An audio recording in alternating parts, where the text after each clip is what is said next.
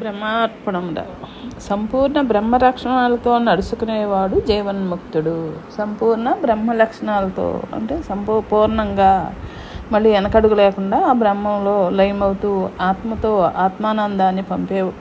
ఆత్మానందాన్ని పొందేవాడే జీవన్ముక్తుడు అని చెప్తున్నారు అక్కడ అనబడుతున్నాడు. ఈ జీవన్ముక్తుడు అమరుడు.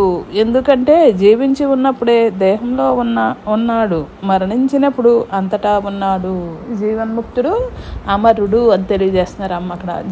నువ్వు మోక్షస్థితిని పొంది ఉన్నావు కనుక ఆ జీవన్ముక్తుడు అమరుడు అయ్యాడు. జీవించి ఉన్నగా జీవన్ముక్తుడు,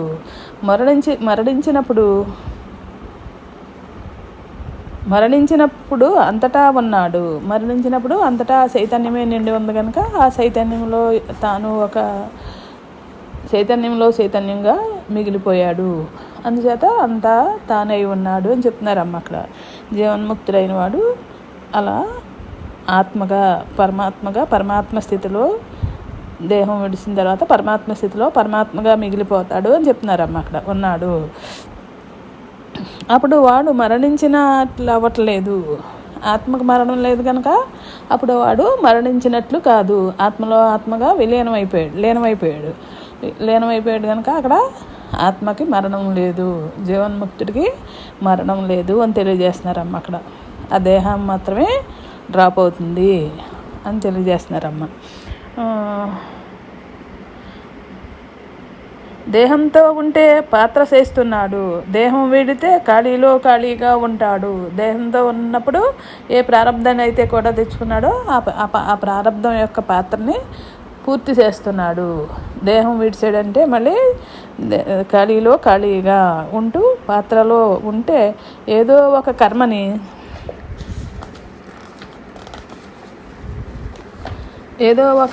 చేస్తుంటాడు. పాత్రలో ఉన్నాడు అంటే ఆ ప్రారంధానికి, ఆ దేహానికి ఏ ప్రారంధం అయితే అవసరమో ఆ కర్మ చేస్తూ ఉంటాడు. కానీ అతను ఏది అంటదు.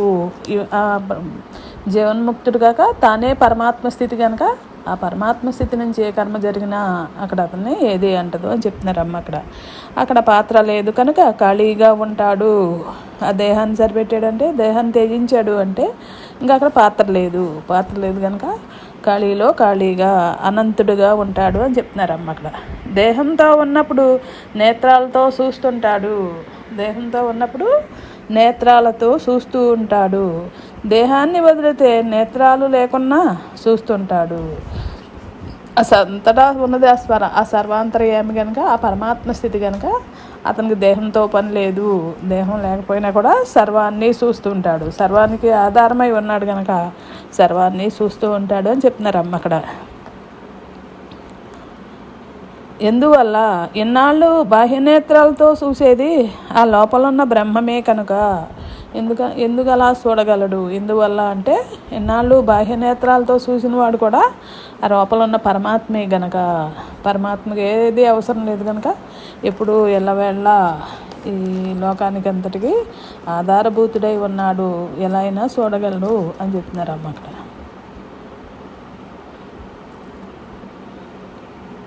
దేహాన్ని వీడిన బాహ్య లక్షణాలు లేకున్నా చూస్తుంటాడు.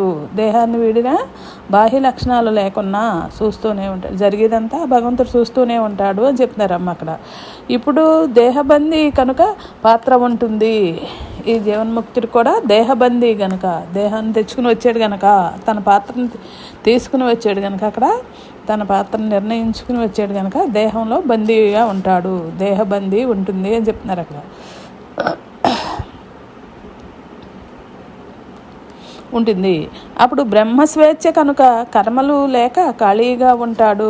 తన దేహాన్ని ఎప్పుడైతే త్యజించాడో ఆ బ్రహ్మంగా అంతా స్వేచ్ఛగా ఖాళీగా ఉంటాడు అని చెప్తున్నారమ్మ అక్కడ మళ్ళీ బంధించేది లేదు. ఆ దేహం లేదు కనుక అక్కడ బంధింపబడేది ఏమీ లేవు కనుక ఖాళీగా స్వేచ్ఛగా ఉంటాడు అని చెప్తున్నారు. అంటే ఇప్పుడు జీవన్ముక్తుడు ఒకేలా ఉంటాడు. ఎప్పుడు ఎలవేళ్ళ జీవన్ముక్తుడు ఒకేలా ఉంటాడని తెలియజేస్తున్నాడు అమ్మ అక్కడ. ఉంటాడు. కావున అమరుడు దేహం ఉంటే మరణించిన వాని వలె బ్రతుకుతాడు. దేహం ఉండగానే మరణించిన వాని వలె అంటే అక్కడ ఆలోచన కానీ తనకు ఏది అంటది కనుక ఈ మనసు గుణాలు వీటికి అకర్తగా ఉన్నాడు కాబట్టి దేహం ఉండగానే మరణించిన వానిలా ఉంటాడు అని చెప్తున్నారు అక్కడ. అంటే గాఢ నిద్రని పోల్చి చెప్పవచ్చు అనమాట.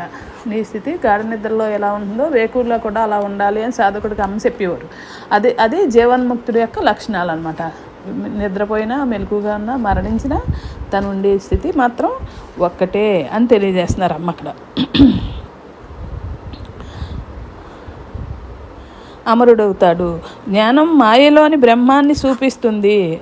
ధ్యానం డైరెక్ట్గా మాయారహిత బ్రహ్మాన్ని చూపిస్తుంది. జ్ఞానం మాయలోని బ్రహ్మాన్ని చూపిస్తుంది. జ్ఞానం ఏం చూపిస్తుంది అంటారు? జ్ఞానమేమో ధ్యానం డైరెక్ట్గా మాయారహిత బ్రహ్మాన్ని చూపిస్తుంది. మాయారహిత బ్రహ్మం అంటే నీలోనే ఉన్న ఆత్మస్వరూపాన్ని నీకు ఎరుకలో చూపిస్తుంది అని చెప్తున్నారు అమ్మ. అక్కడ ధ్యానం ద్వారా ఆ ఎరుక నీకు అనుభవం అవుతుంది అని చెప్తున్నారు అక్కడ. జ్ఞానం మొదట బ్రహ్మంలో గల మాయని చూపి భయపెట్టి వేరు చేసిన తర్వాత మాయలో గల బ్రహ్మమును చూపిస్తుంది.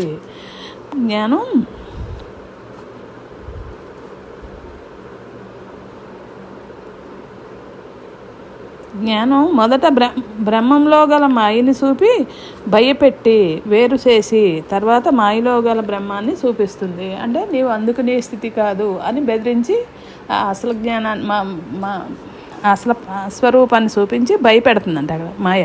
భయపెట్టి మళ్ళీ మాయలో బ్రహ్మాన్ని వెతకమంటుంది అని చెప్తున్నారు అమ్మ అక్కడ. మాయతోటి ఎప్పుడు ఆ బ్రహ్మాన్ని అందుకోలేం కనుక ఆ బ్రహ్మం మాయతోటి అందేది కాదు కనుక అలా భయపెట్టి వెనక్కి లాగుతుంది అని చెప్తున్నారు అక్కడ. తర్వాత మాయలో గల బ్రహ్మాన్ని చూపిస్తుంది. జ్ఞానం బ్రహ్మముపై నమ్మకాన్ని కలిగిస్తుంది. జ్ఞానం తెలుసుకున్నావు అంటే అక్కడ బ్రహ్మం పైన నమ్మకాన్ని, నీ స్వరూపం పైన నీకు ఒక నమ్మకాన్ని, ఒక దృఢ నిశ్చయాన్ని చూపిస్తుంది. జ్ఞానం ద్వారా తెలుసుకున్నావంటే. జ్ఞానం లేకుండా మాయ ద్వారా వెళ్ళామంటే ఇలా ఉంటుంది అని చెప్తున్నారు అమ్మ అక్కడ.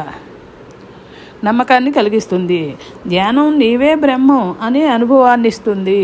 ధ్యానం చేసేవు అంటే అక్కడ జ్ఞానం తెలుసుకుని ధ్యానం చేసేవంటే ఆ మార్గాన్ని నడిపిస్తుంది. నీవే బ్రహ్మానివి అని ఆ స్వరూపాన్ని నీకు ఆ ధ్యానంలో చూపిస్తుంది అని చెప్తున్నారు అమ్మ అక్కడ.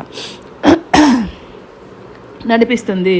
కావున సాధకుడు ఈ రెండింటి ఊత లేకుండా ప్రయాణించలేడు. సాధకుడు ఈ రెండింటిని ఊతంగా తీసుకుని తన మార్గాన సాధకుడు తన పయనించే మార్గానికి ఈ రెండింటిని ఊతంగా తీసుకుని ఆత్మస్వరూపాన్ని చేరుకోవాలి అని చెప్తున్నారమ్మ అక్కడ. ఆత్మ సాధన నీ స్వరూపాన్ని నువ్వు అందుకోవాలి అని తెలియజేస్తున్నారమ్మ అక్కడ. మనిషితో స్నేహం చేస్తే వారి భావాలు కలిస్తేనే స్నేహంగా ఉంటారు. మనిషితో స్నేహం చేస్తే వారి భావాలు ఒకటైతేనే, వారి భావాలు కలిస్తేనే ఒక్కటిగా ఉంటారు. లేకుంటే వైరమే. కానీ బ్రహ్మంతో స్నేహం చేస్తే వైరం లేనిది. ఎందువల్ల? భావంతో స్నేహం చేయుడు గనక. అక్కడ భావం లేదు గనక, భావం లేని స్థితిలో పరమాత్మతో స్నేహం చేస్తే అది అక్కడ పరమాత్మ అంతా మంచిగా జరుగుతుంది. ఆ పరమాత్మతోటే స్నేహం అలవాటు చేసుకోండి అని చెప్తున్నారు అమ్మ అక్కడ. బ్రహ్మంతో స్నేహం వైరం లేనిది గనక ఎల్లవేళ ఒకేలా ఉంటుంది. దానికి మార్పులు రావు అని చెప్తున్నారమ్మ అక్కడ. బ్రహ్మంతో స్నేహం చేస్తాడు కావున శాంతియుతంగా నడుస్తుంది. అక్కడ ఏ భావనలో ఏమీ లేవు గనక అక్కడ చూసేది చూడబడేది వెనక్కి తగ్గేది మనసు ఏమీ లేవు గనక అక్కడ బ్రహ్మంతో స్నేహం శాంతిమయంగా నడుస్తుంది అని చెప్తున్నారమ్మ అక్కడ. ఆ స్నేహం వర్ధిల్లి చివరికి భావం నశించి ఏకాత్మగా మిగిలిపోవటం జరుగుతుంది. ఆ స్నేహం వర్ధిల్లి చివరి భావం కూడా నశించి ఏకాత్మగా ఏకస్వరూపంగా మిగిలిపోవటం జరుగుతుంది అని చెప్తున్నారు అక్కడ. అందుకు ఎవరిలో ఉన్న పరమాత్మతో వారు స్నేహం చేయండి అని తెలియజేస్తున్నారమ్మ. మిగిలిపోవడం జరుగుతుంది. మనిషితో స్నేహం వల్ల భావవృద్ధి తప్ప ఉపయోగం లేదు. మనిషితో స్నేహం చేస్తే మళ్ళీ భావాన్ని పెంచుకోవడం తప్ప, భావాన్ని వృద్ధి చేసుకోవడం తప్ప అంతకు మించి ఉపయోగం లేదు అని తెలియజేస్తున్నారు అక్కడ. మనిషితో స్నేహం ఇటువంటిదే అని తెలుపుతున్నారమ్మ అక్కడ. భగవంతుని స్నేహం భా భావం నశించి ఇంకా శాంతి కలగడం, చివరికి ఏకాత్మగా మిగలడం జరుగుతుంది. ఆ భగవంతుడితోటే స్నేహం చేసేవంటే నీ స్వరూపాన్ని నువ్వు అందుకుని ఏకాత్మగా నీ స్థితిలో నువ్వు నిలబడేదాకా బాగుంటుంది, అందుతుంది. అర్పణం. కావున సాధకుడు ధ్యాన, తత్వ చింతన, ప్రేమ వీటి ద్వారా భగవంతుని సాంగత్యాన్ని పెంచుకుని చివరికి ఆ భగవంతుడే నీవైపోవాలి. సాధకుడు ధ్యాన సాధన తత్వాన్ని పెంచుకుని ఆ భగవంతుడే ఆ స్వరూపంతో స్నేహం చేసి ఆ స్వరూపంగా ఏకత్వంగా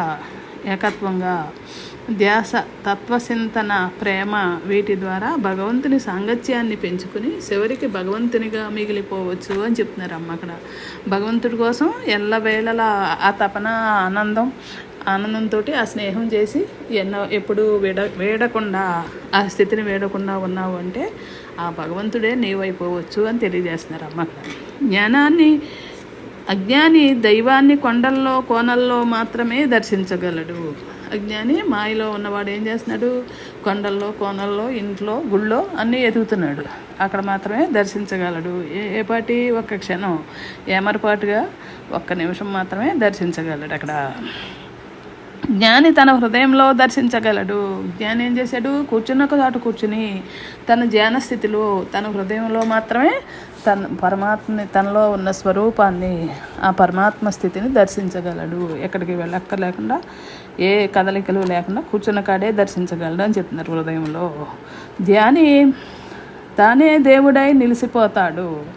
అలా ధ్యానించి ఆత్మస్థితిలో లీనమై తన సహజ స్థితిలో తాను నిలబడినప్పుడు తానే భగవంతుడై నిలబడిపోతాడు జ్ఞాని అని చెప్తున్నారు అక్కడ అమ్మ. నిలిచిపోతాడు. ఎందువల్ల? అజ్ఞాని అంతర్ముఖం కాలేదు కావున తనలోనే ఉన్నట్లు గుర్తించలేడు. అజ్ఞాని ఎప్పుడు అంతర్ముఖుడు కాలేడు కాబట్టి తనలో ఉన్న స్వరూపాన్ని ఎప్పుడూ గుర్తించలేడు. అజ్ఞానంగా ఉన్నన్నాళ్ళు కూడా ఈ జ్ఞానం వైపు తిరగకపోతే ఎప్పుడూ అజ్ఞానంతో తనలో ఉన్న స్వరూపాన్ని తాను అందుకోలేడు అని తెలియజేస్తున్నారు అమ్మ అక్కడ. జ్ఞాని తన హృదయంలో దర్శించి పరవశించి విహరిస్తూ ఉంటాడు.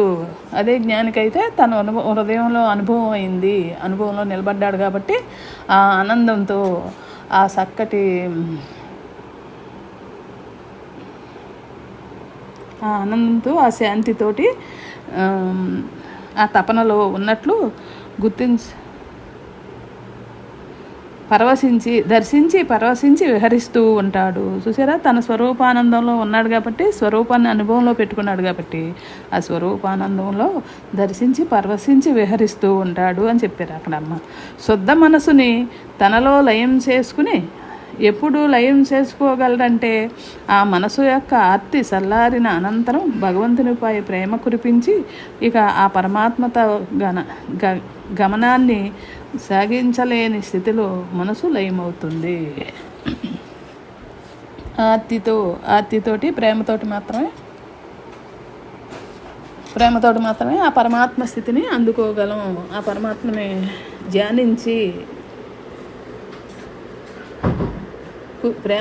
ప్రేమ కురిపించి ఆ పరమాత్మతో గమనాన్ని సాధించలేని స్థితిలో మనసు లయమవుతుంది. మనసు భగవంతునిలోకి వశమవుతుంది, భగవంతునిలో లయమవుతుంది అని చెప్తున్నారు అమ్మ అక్కడ. అనంతరం ధ్యాని లయం చేసుకుని ఏకాత్మగా నిలిచి ధ్యానిస్తాడు. అలా మనసు లయమైపోయిన తర్వాత తానే ఏకాత్మగా ఆ పరమాత్మ స్థితిగా నిలిచి ధ్యానిస్తాడు. మౌన స్థితిలో ఉండి అక్కడ ధ్యానిస్తాడు. అప్పుడు వాడు భగవంతుడు ఒక్కటే అవుతారు. అప్పుడు వాడికి భగవంతుడికి భేదమేమీ లేదు. అదే భగవంతుడి స్థితి, పరమాత్మ స్థితి అని తెలియజేస్తున్నారు అమ్మ అక్కడ. కావున ధ్యాన స్థితి చిట్ట చివరి స్థితి. దానిపైన ఎటువంటి సాధన అవసరం లేదు. ఆ ధ్యానంలోంచి మాత్రమే నీ అనుభవాన్ని నువ్వు పొందగలవు, నీ స్థితిలో నువ్వు నిలబడగలవు అని చెప్తున్నారమ్మ అక్కడ, వివరణిస్తున్నారన్నమాట. బాహ్యంలో గల పంచభూత తత్వాలు, ఆంతర్యంలో గల పంచకోశాలు ఒకే జాతికి చెందినవి కావడం వల్ల నేత్రాలు తెరిస్తే బాహ్యము, నేత్రాలు మూస్తే ఆంతర్యము. బాహ్యంలో గల పంచభూత తత్వాలు, ఆంతర్యంలో గల పంచకోశాలు ఒకే జాతికి చెందినవి కావడం వల్ల నేత్రాలు తెరిస్తే బాహ్యాన్ని చూస్తున్నాం, కళ్ళు మూసుకుని మన స్వరూపంతో మనం ఉన్నాము అంటే ఆంతర్యంలో నిలబడతావు అని చెప్తున్నారు అమ్మ అక్కడ. నీ స్వరూపాన్ని నువ్వు వ్యక్తం చేసుకుంటావు అని చెప్తున్నారు అన్నమాట. నేత్రాలు మోస్తే ఆంతర్యం. భావాన్ని క్రిందికి లాగేస్తుంటే భావం ఒంటరిదై భగవంతుని ధ్యాసని ఊతగా చేసుకుని ప్రయాణించి ఆయన్ని చేరి ఆయనలో ఐక్యం చెందుతుంది. భావాన్ని అలా నిలబెట్టుకోకుండా తిరిగి స్మరించకుండా కిందకి లాగేస్తుంటే భావం ఒంటరిదై భగవంతుని ధ్యాసని ఊతగా చేసుకుని ప్రయాణించి ఆయన్ని చేరి ఆయనలో ఐక్యం చెంది బ్రహ్మంగా నిలబడిపోవాలి.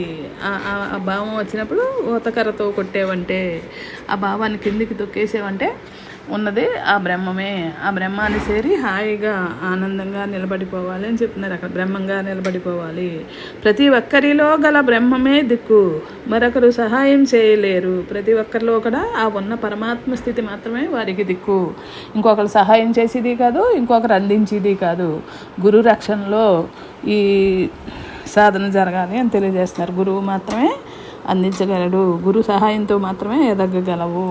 గురువు చక్కగా మనల్ని సవరిస్తూ ఉంటాడు, మనలో ఉన్న లోపాలన్నీ సవరిస్తూ ఉంటారు కాబట్టి అమ్మ ఆ గురు సహాయం మాత్రమే ఉపయోగం. ఇంకెవరో ఏది చేయలేరు అని చెప్తున్నారమ్మ అక్కడ. సహాయం చేయలేరు. సాధనా సమయంలో అన్నీ భ్రాంతికి గురి చేసేవే, మళ్ళీ మనలో కూడా మనకు అవసరానికి ఉపయోగపడవు అని చెప్తున్నారు. ఆ సాధనా సమయంలో కూడా అన్నీ భ్రాంతికి గురి చేసేవే. గురువు దగ్గర ఉన్నాము అంటే అక్కడ ఏంటి, ఆవిడ చక్కగా ఎక్కడ అడ్డు వస్తుందో, ఎక్కడ తొలగించాలో, ఎక్కడ సవరించాలో చూసి మనం తన చేత్తో పట్టుకుని చక్కగా దారి చూపించి ఎతికి తీసుకెళ్తారన్నమాట అమ్మ. ఆవిడ మాత్రమే చేయగలరా పని అని చెప్తున్నారు. చేయగలరు. సాధన సమయంలో అన్నీ భ్రాంతికి గురి, మనలో ఉన్న స్థితిలే మనకు అడ్డు తగులుతున్నాయి అక్కడ. వాటిలన్నిటిని వెతికి చక్కగా సవరించి తన యొక్క స్థితిని చేర్చే వరకు కూడా అమ్మ అలా అందిస్తూ ఉంటారు. ఏ యొక్క మోక్షకాంక్ష నీకు ఊపిరి పోస్తుంటుంది, భగవంతుని కృప నీకు తోడు ఉంటుంది. భగవంతునిపై గల ప్రేమ ముందుకు నడిపిస్తూ ఉంటుంది. భగవంతుని యొక్క తోడు నీకు ముందు ఉంటుంది. భగవంతుని యొక్క కృప అంటే ఆ పరమాత్మ సమానురాలైన గురువు దగ్గర కూర్చున్నాం కాబట్టి, ఆ పరమాత్మే అయిన గురువు దగ్గర కూర్చున్నాం కాబట్టి ఆ గురువు కృప వల్ల మాత్రమే మనం ఎదరికి నడవగలం. ఎదరికి నీకు ఆ గురువు కృప నీకు తోడైంది కాబట్టి భగవంతునిపై గల ప్రేమ ముందుకు నడిపిస్తుంది. ఆ గురువు కృప ఉండాలి, భగవంతునిపై ప్రేమ ఉండాలి, తోడవుతుంది. పరమాత్మని అంటే అమ్మని ఎప్పుడైతే ఆశ్రయించాడో ఆ క్షణాన అమ్మ అతడి యొక్క భావాన్ని హృదయస్థానంలో నిలబెడతారు. అమ్మని ఎప్పుడైతే సర్వార్పణ భావంగా అమ్మని అనుసరించామో అప్పుడు అమ్మ తన హృదయస్థానంలో నిలబెడతారు. ముందు ఆవిడ హృదయస్థానంలో నిలబెట్టుకుంటారు ఆ శిష్యుడిని. ఆ స్థలం ఇక వాడి సొంతం, సర్వ హక్కులు అతడివే. ఆ స్థలం ఇక అమ్మ హృదయస్థానం వాడి సొంతం, ఇంకా అక్కడ సర్వ హక్కులు వాడివే. ఎలా చెప్తున్నారు చక్కని, వాడివే. కానీ అతడు అక్కడ నిలవాడు. అక్కడ నిలిచేందుకు చేసే ప్రయత్నమే సాధన అవుతుంది. అమ్మ హృదయస్థానంలో నిలబడాలి అంటే అక్కడ కూడా ఇంకా గుణాలు కెలుగుతూ ఉంటాయి. అక్కడ నిలిచేందుకు కూడా అతడు సాధన చేయాలి. యత్నమే సాధన అవుతుంది. నిలిచిన వాడు మరలా మాటలతో వెనకడుగు వేస్తూ ఉంటాడు. ఎన్నిటిని సవరించాలో చూడు మహాతల్లి. నిలిచిన వాడు మాటలతో వెనకడుగు వేస్తూ ఉంటాడు, మౌనంతో ముందడుగు వేస్తూ ఉంటాడు. అందువల్లే నిసంకల్ప స్థితిలో మనోమౌనంతో ఉండాలి. అందువల్లే ఏ ఆలోచనలు లేకుండా సంకల్పం లేని స్థితిలో, నిసంకల్ప స్థితిలో, ఏ ఆలోచనలు లేని స్థితిలో గురువు దగ్గర నిలబడాలి, గురువు హృదయంలో నిలబడాలి అని చెప్తున్నారు అమ్మ అక్కడ.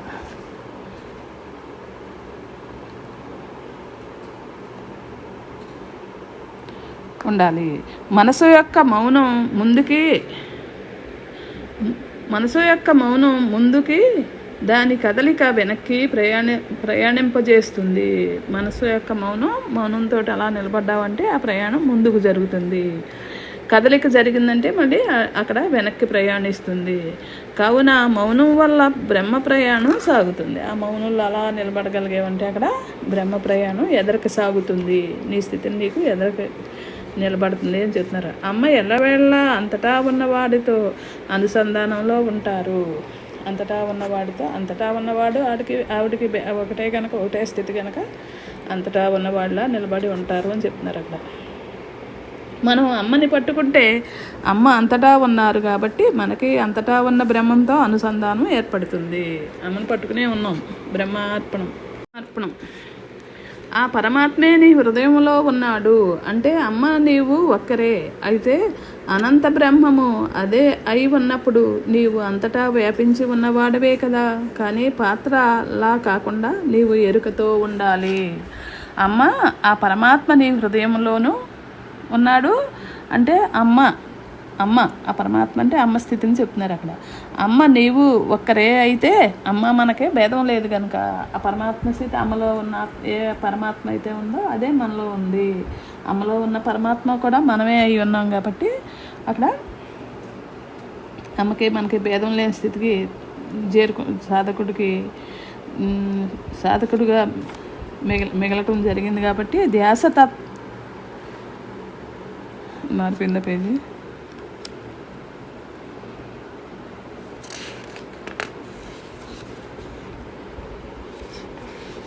సాధకుని అసలు స్థితి బ్రహ్మమే అయి ఉంది. ఈ స్థితి నుండి వీడినందువల్లే జ్ఞాన సాధన భావం బ్రహ్మస్థితి నుండి దూరంగా పెరిగి తిరిగి బ్రహ్మాన్ని అన్వేషిస్తుంది. సాధకుని అసలు స్థితి బ్రహ్మమే అయి ఉంది. అసలు స్థితి అయి ఉన్నప్పటికీ కూడా మనకు ఎరుకలో లేదు కనుక ఆ అమ్మ దగ్గరికి వచ్చి అమ్మకి సర్వార్పణ భావంతో కూర్చున్నాను కాబట్టి ఆ స్థితి నుండి వేడనందువల్ల జ్ఞాన సాధన భావం బ్రహ్మస్థితి నుండి దూరంగా జరిగి తిరిగి బ్రహ్మాన్ని అన్వేషిస్తుంది. ఆ పరమాత్మకి దూరంగా జరిగి మళ్ళీనే ఆ భావంలో వేరు చేసుకుని మళ్ళీ పరమాత్మకై అన్వేషిస్తుంది. సాధకుడిగా ఉన్నప్పుడు ఆ పరమాత్మకై అలా అన్వేషిస్తుంది అని చెప్తున్నారు. ఈ భావం భగవంతుని వెదికేదాకా సహాయపడుతుంది. నీలో ఉన్న పరమాత్మని ఎదుక్కుని ఆ పరమాత్మతో నువ్వు స్థిరపడే వరకు కూడా అటువంటి భావం సహాయపడుతుంది అని చెప్తున్నారు. అది నీవేనని తెలిసిన అనంతరం భావం నిన్ను నీ స్థితి నుండి లాగేసి శత్రువు అయిపోతుంది. అదే నీవై తెలిసిన క్షణం భావం నిన్ను నీ స్థితి నుండి లాగేసి అది మళ్ళీ నీకే శత్రువై మిగులుతుంది అని చెప్తున్నారు అక్కడ. భగవంతుని వెదికేదాకా సహాయం చేస్తుంది, శత్రువు అయిపోతుంది. కావున భావంతో వెదికే కన్నా అదే నేనని నమ్మి నిశ్చల స్థితిలో నుండి మనోభావాలను నశింపజేసుకోవడం మంచిది.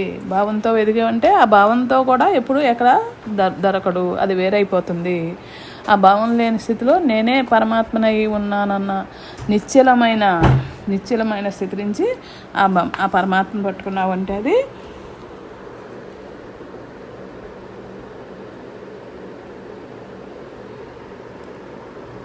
సహాయం చేస్తుంది తప్ప ఇక ఏ మనలో బ్రహ్మం తప్ప ఇక ఏ లక్షణం ఉన్న మాయకి అవకాశం దొరుకుతుంది. మనలో ఉన్న ఆ బ్రహ్మం తప్ప, ఆ బ్రహ్మ ఆలోచన తప్ప, బ్రహ్మ మనసు తప్ప, బ్రహ్మాధారం తప్ప, బ్రహ్మ లయంలో తప్ప మళ్ళీ మిగిలి ఏ ఆలోచన పెట్టుకున్నా మళ్ళీ బ్రహ్మం ఉన్న మాయకి అవకాశం దొరుకుతుంది. మళ్ళీ మాయ లాగేయటానికి మళ్ళీ అవకాశం దొరుకుతుంది అని చెప్తున్నారమ్మ అక్కడ. చివరికి బ్రహ్మాన్ని అన్వేషించి భావం అన్వేషణ అనంతరం మిగిలి ఉంటే కనుక దాని ద్వారా బ్రహ్మం నుండి మాయ లాగేయగలదు. బ్రహ్మాన్వేషణ జరిగాక మళ్ళీ చిన్న భావం అయినా లోపల మిగిలి ఉందంటే నువ్వు ఆత్మగా నీ స్వరూపాన్ని అన్వేషించుకుని నువ్వు చేరవు. కానీ అక్కడ మళ్ళీ చిన్న భావన దొరికిందంటే మళ్ళీ లాగేయగలదు. జాగ్రత్త సుమి అని చెప్తున్నారు అమ్మ అక్కడ. లాగేయగలదు. కావున శుద్ధ మనసు బ్రహ్మాన్ని దర్శించే వరకే ఉపయోగం. శుద్ధ మనసు బ్రహ్మాన్ని దర్శించే వరకే ఉపయోగం. అక్కడ మనసు కూడా అవసరం లేదు. శుద్ధమైనప్పటికీ కూడా బ్రహ్మాన్ని ఒకసారి దర్శించిన తర్వాత అది కూడా ఉపయోగం ఏం లేదని చెప్తున్నారు అమ్మ అక్కడ. అంటే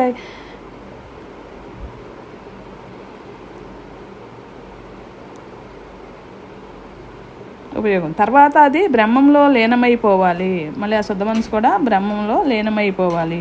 విడిగా ఉంటే ఎంత ఎత్తుకి ఎదిగావో అంత ఎత్తు నుండి మాయ క్రిందకి లాగేస్తుంది. మళ్ళీ ఆ శుద్ధ మనసు వెనక్కి వచ్చి విడిగా మిగిలేవు అంటే అక్కడ అలా అది ఆ మనసు బ్రహ్మంలో లయమకుండా ఉంది అంటే మళ్ళీ వెనక్కి లాగేయగలదు అని చెప్తున్నారు అమ్మ అక్కడ. సాధకుడు తనకు ఎట్టి సంకల్పాలు రాకుండా చూసుకోవాలి. సాధకుడు సాధనలో ఉన్నంతసేపు ఏ సంకల్ప వికల్పాలు రాకుండా తన స్థితిని నిలబెట్టుకోవాలి. ఆ పరమాత్మ అనుసంధానంలో మిగలాలి అని చెప్తున్నారు అక్కడ. అంతర్ముఖం చెందిన వాడికి పొందాల్సినది ఏమీ మిగలదు. అంతర్ముఖం నీ స్వస్వరూపం నీకు ఎదురైనప్పుడు, నేనే పరమాత్మని అనుభవాన్ని పొందినప్పుడు ఇంకా అక్కడ పొందాల్సినది ఏమీ మిగలదు. ఏ సాధకుడు ఎంతవరకు అయితే సాధన చేశాడో ఆ గురువు కృపతోటి తన స్థితిని తాను అందుకున్నాడు కాబట్టి ఇంకా అక్కడ ఆడు పొందవలసింది ఏదీ లేదు. బాహ్యముఖానికి ఎంత సాధించినా చివరికి ఏదీ మిగలదు. బాహ్యముఖంగా ఉన్నప్పుడు నువ్వు ఎంత సాధించినా, ఎన్ని రోజులు ఎత్తించినా, ఎన్ని సంవత్సరాలు గడిచినా కూడా అక్కడ ఏదీ మిగలదు, ఏదీ అందుకోలేవు అని చెప్తున్నారు అన్నమాట. ఎందుకంటే బాహ్యముఖంతో ఉన్నవాడు దృశ్య ప్రపంచంలోనికి వస్తుజాలానికి లొంగి భ్రమపడి పరుగెడుతుంటాడు. బాహ్య ప్రపంచంలో ఉన్నవాడు దృశ్య ప్రపంచంలో వస్తుజాలానికి లొంగి, వస్తువుకి, నామాలకి, రూపాలకి, అన్నిటికీ లొంగి భ్రమపడి పరిగెత్తుతూ ఉంటాడు.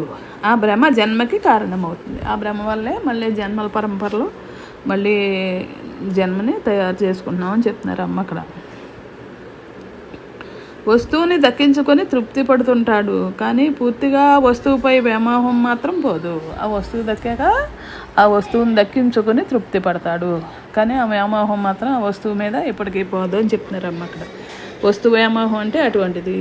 అందుకే ఆ వ్యామోహాన్ని లేకుండా, దేని మీద వ్యామోహం లేకుండా ఆ పరమాత్మ మీద మాత్రమే ఉండాలి అని చెప్తున్నారు అమ్మ అక్కడ. ప్రతి ఒక్కరూ సంపూర్ణ బ్రహ్మమే అయి ఉన్నాం. ఎవరైతే ఇంద్రియ వశమవుతున్నారో వారు కొంత బ్రహ్మాన్ని పోగొట్టుకుంటున్నారు. ప్రతి ఒక్కరూ కూడా సంపూర్ణ బ్రహ్మమయ్యే మిగిలి ఉన్నాం. అయితే ఎవరైతే ఇంద్రియాల వైపు వశం అవుతున్నారో వారు మాత్రమే కొంత బ్రహ్మాన్ని పోగొట్టుకుంటున్నారు అని తెలియజేస్తున్నారు అమ్మ అక్కడ. భావం బ్రహ్మమైతే విడిగా లేకపోతే నిన్ను ఆ బ్రహ్మమే నడిపిస్తాడు. భావం బ్రహ్మమైతే నీవు విడిగా లేకుండా ఉన్నావంటే ఆ భావంలో కూడా బ్రహ్మమే ఉంటే నేను ఆ భగవంతుడే, ఆ పరమాత్మే నిన్ను నడిపిస్తాడు అని చెప్తున్నారు అక్కడ అమ్మ. నడిపిస్తాడు అంటే తానే దేహంలో ఉండి నడిపిస్తాడు. ఆ పరమాత్మే భావంలో లేని బాహ్యం అన్నదే భావంలో లేనిదిగా మిగిలేవు అంటే అక్కడ భావనే భాగ్యమైందంటే ఆ పరమాత్మే నీ లోపలుండి నిన్ను నడిపిస్తాడు అని తెలుపుతున్నారు అమ్మ అక్కడ. నీవై ఉన్న జన్మజన్మల సంస్కారాల వల్ల బ్రహ్మాన్ని మరిచినావు. అది నీవే అయి ఉన్నావు. నీ స్థితి నీదే అయి ఉన్నప్పటికీ కూడా ఈ జన్మజన్మల నుంచి సంస్కారాలు ఏవైతే తెచ్చుకున్నామో ఆ సంస్కారాల భారం ఉన్నందువల్ల బ్రహ్మాన్ని మరిచినావు అని చెప్తున్నారు అమ్మ అక్కడ. నిజానికి నీవు శూన్యస్వరూపానివి. నిజానికి నీవే ఆ శూన్యస్వరూపానివి. ఆ పరమాత్మ స్థితివి నువ్వే. అయితే ఈ జన్మజన్మల కర్మబంధంలో ఇరుకున పడ్డాం కాబట్టి ఆ పరమాత్మ స్వరూపాన్ని ఎరుకలో ఉంచుకోలేకపోయాం, ఎరుకలో పొందలేకపోయాం అని చెప్తున్నారు అమ్మ అక్కడ. మరిసినావు. నిజానికి నీవే శూన్య స్వరూపానివి. ఆ పరమాత్మ స్థితివి నీవే అని చెప్తున్నారు అమ్మ అక్కడ. ఈ దేహం నీకు సాకారమయ్యింది. నిజానికి నీవు మౌనస్వరూపానివి. నిజానికి ఈ దేహం నీకు సాకారమయ్యింది. నిజానికి నువ్వే ఆ మౌనస్వరూపానివి, ఆత్మస్థితివి నువ్వే అని తెలియజేస్తున్నారు అమ్మ అక్కడ. ఈ మాయా అహంకారాల అడ్డు వల్ల మనం తెలియజేసుకోలేకపోతున్నాం, ఎరుకులో ఉంచుకోలేకపోతున్నాం. ఇన్నాళ్ళకి అమ్మ దగ్గరికి చేరాం కాబట్టి అమ్మ ఈ విధంగా తెలియజేస్తున్నారు. నిజానికి చేపట్టి కర్మలు సుఖదుఖ దృశ్యాలయ్యాయి. నీ యొక్క అహంకారం అశాశ్వతం అని తెలుసుకో. ఆ కారమే లేకుంటే మాట కూడా లేదు. అహంకారమే లేకుంటే ఈ అహంకారం, ఈ భావనలు ఇవన్నీ కూడా అశాశ్వతమని తెలుసుకున్నప్పుడు అహంకారం లేకపోయిందంటే ఇక ఉన్నది నువ్వే అని చెప్తున్నారు. లేకుండా ఆ అహంకారమే లేకుంటే మాట కూడా లేదు. అక్కడ మౌన స్థితిలో, నీ స్వరూప స్థితిలో, ఆ మౌనంలో హాయిగా ఉన్నదే పరమాత్మ అని తెలియజేస్తున్నారు. అక్కడ మాట కూడా లేదు. దేహము మాట లేనప్పుడు కర్మలు ఉండవు. దేహము మాట లేనప్పుడు కర్మలు ఉండవు. ఈ దేహం నేను అన్న భావన మాటలు లేనప్పుడు అక్కడ కర్మలు ఉండవు. మాట వాయిస్ గొంతు ఆగింది అంటే, ఆ శబ్దం ఆగింది అంటే అక్కడ కర్మలు ఉండవు అని చెప్తున్నారన్నమాట. ఈ మూడు కలిపి దేవుణ్ణి జీవునిగా మార్చేస్తాయి. ఈ మూడు స్థితులు కలిపి ఆ పరమాత్మ స్థితిని జీవుడిగా చేసేస్తాయి. కావున వీటిని నిర్మూలించటం ద్వారా తిరిగి జీవుడే దేవుడవుతాడు. వీటిని నిర్మూలించి నీ ఆత్మస్థితిలో నువ్వు నుంచున్నావు అంటే, అక్కడ నిలబడ్డావు అంటే, ఆ జీవుడే మళ్ళీ పరమాత్మగా వ్యక్తం